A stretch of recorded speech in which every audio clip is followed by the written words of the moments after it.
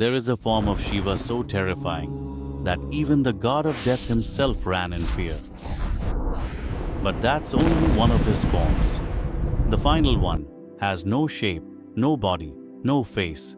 Even Brahma and Vishnu searched for the end, but could never find where it begins or ends. I'm about to reveal 10 forms of Lord Shiva. By the end, you'll understand why Shiva is called the destroyer and the creator at the same time. Subscribe now and watch till the end, because the 10th form reveals a mystery about Lord Shiva that almost no one knows. The first form, Rudra the Storm. Before temples, before prayers, before civilization itself, there was only one name humans whispered when lightning struck: Rudra. Rudra is not calm. He is not peaceful. He is the roar of thunder that shatters mountains. His name means the one who makes you weep, not from sadness, but from truth you can no longer ignore.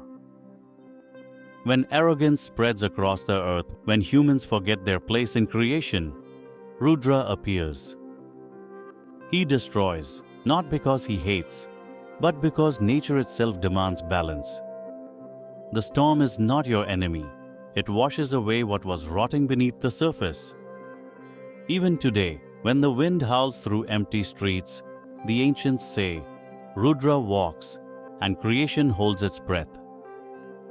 The second form, Mahadev, the great Lord.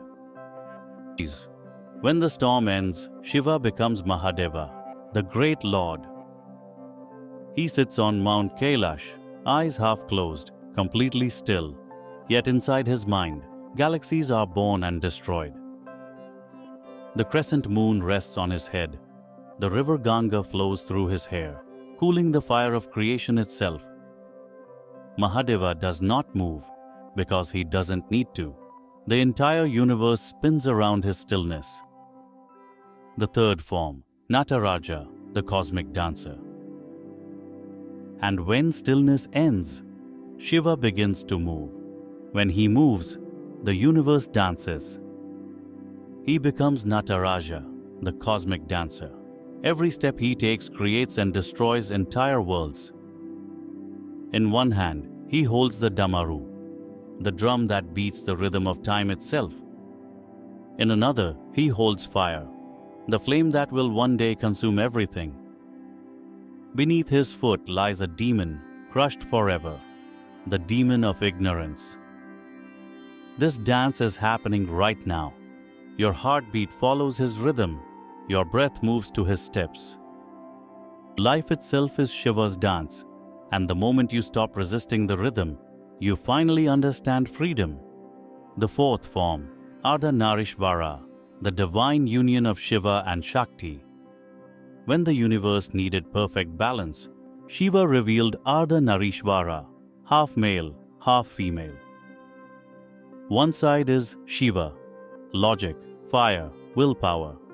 The other side is Parvati, intuition, grace, compassion. This is not a metaphor.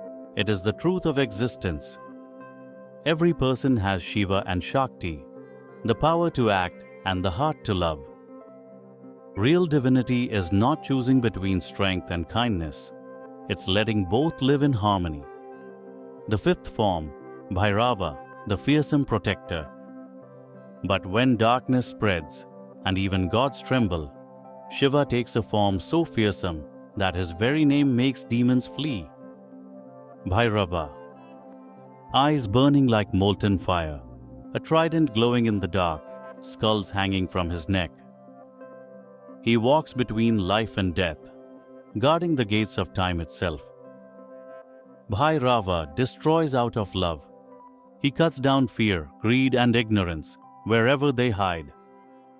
Because Bhairava does not negotiate with darkness, he ends it. Fear loses all power the moment you turn and face it. The light you're searching for is always hiding inside your darkest night. The sixth form, Veerabhadra, the warrior of justice. When King Daksha insulted Shiva at a sacred ceremony, Shiva's rage did not just burn, it took form. From a single lock of his hair, Veerabhadra was born. a warrior made of pure fire and thunder.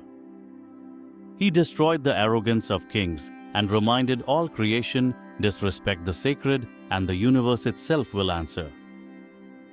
But Veerabhadra's anger was not blind. It was justice.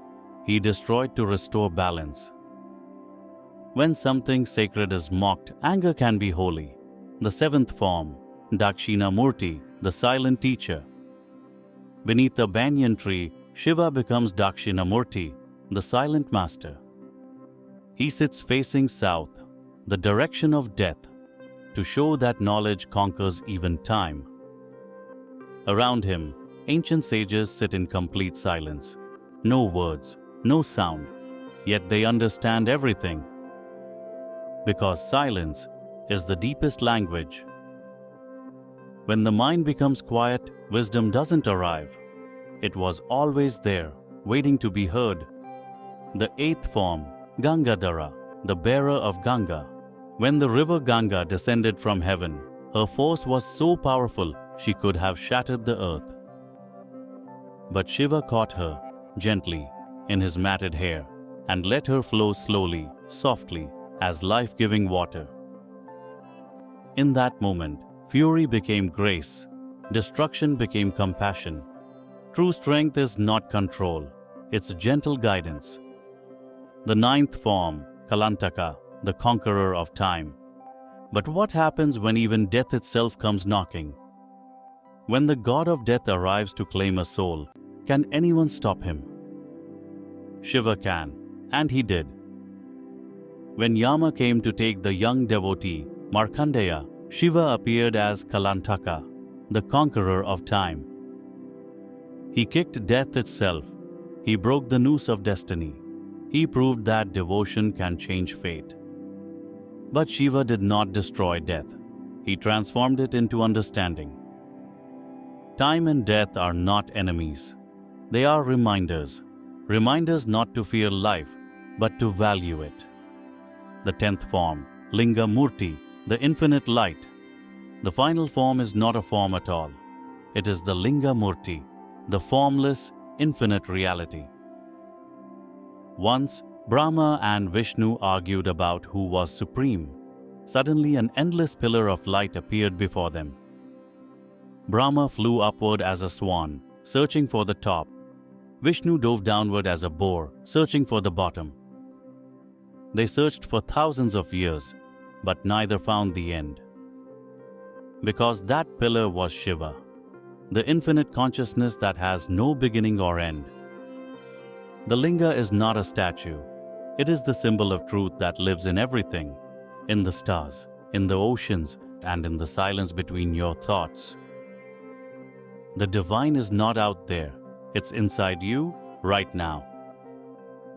When you close your eyes in deep silence, that same infinite light shines again, through you. So tell me, which face of Shiva speaks to your heart? Each form of Shiva lives inside you.